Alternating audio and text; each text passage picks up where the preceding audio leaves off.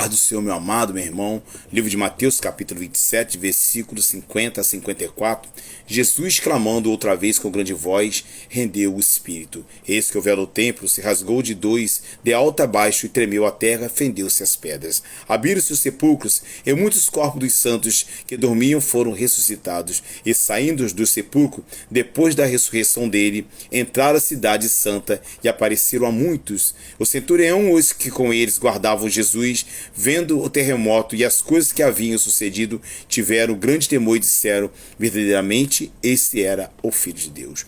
Querido amigo, meu irmão, interessante que a morte de Cristo, quando ele rendeu seu espírito, foi acompanhada por atos de poder do Senhor Jesus e de nosso Deus maravilhoso, testificando que ele é Deus. Jesus é a primícia dos que dormem. Você vai ver aqui que o primeiro ato que aconteceu foi quando o véu do templo se rasgou de cima a baixo.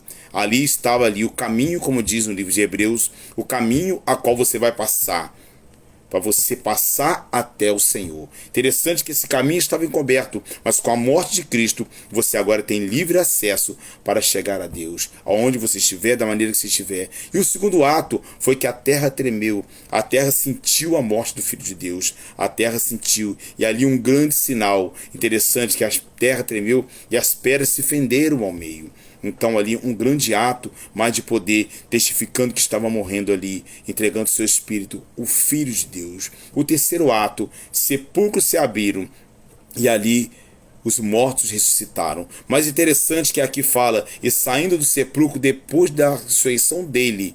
Interessante que foi depois da ressurreição de Cristo que eles entraram na cidade e foram ter com muito. Porque Jesus é a primícia dos que dormem. Aqueles que ressuscitaram ali não ressuscitaram para sempre. Ressuscitaram como Lázaro para morrer de novo. Você vê que até hoje não tem ninguém daquela época até hoje vivendo, né? E o centurião que estava ali guardando Jesus falou verdadeiramente, esse era o Filho de Deus. Só que ele se enganou, porque não era o Filho de Deus. Ele é o Filho de Deus, que ele falou que se derrubar esse templo, em 3 dias eu ressuscitarei.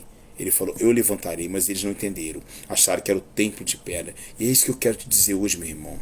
Que Jesus era o templo, mas era o templo de carne. O templo é a habitação de Deus. E hoje você é esse templo.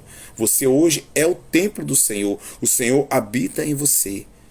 Paulo fala, não sabei que vós são o templo do Senhor, o templo do Espírito Santo? Através do Espírito Santo, aquele Jesus, o nosso Deus maravilhoso, que habitava no templo, no tabernáculo, hoje ele habita em mim e habita em você. Quando você vai à igreja, você não vai buscar o Senhor. Você não precisa buscar o Senhor, porque ele está dentro de você o tempo todo. Você vai lá para adorar o Senhor, para congregar com os irmãos. Nós vamos lá para adorar, porque aquele templo feito por mão de homens, ali não habita o Senhor. O Senhor chega junto contigo. Quando você chega naquele lugar, o Senhor está contigo. Da mesma maneira o monte. O monte não é consagrado. O monte é sagrado quando você chega. Quando você chega, Deus chega junto contigo. Amém? Fica na paz e lembre-se que você é templo do Espírito Santo, templo do Senhor. Uai, seu app de vídeos curtos.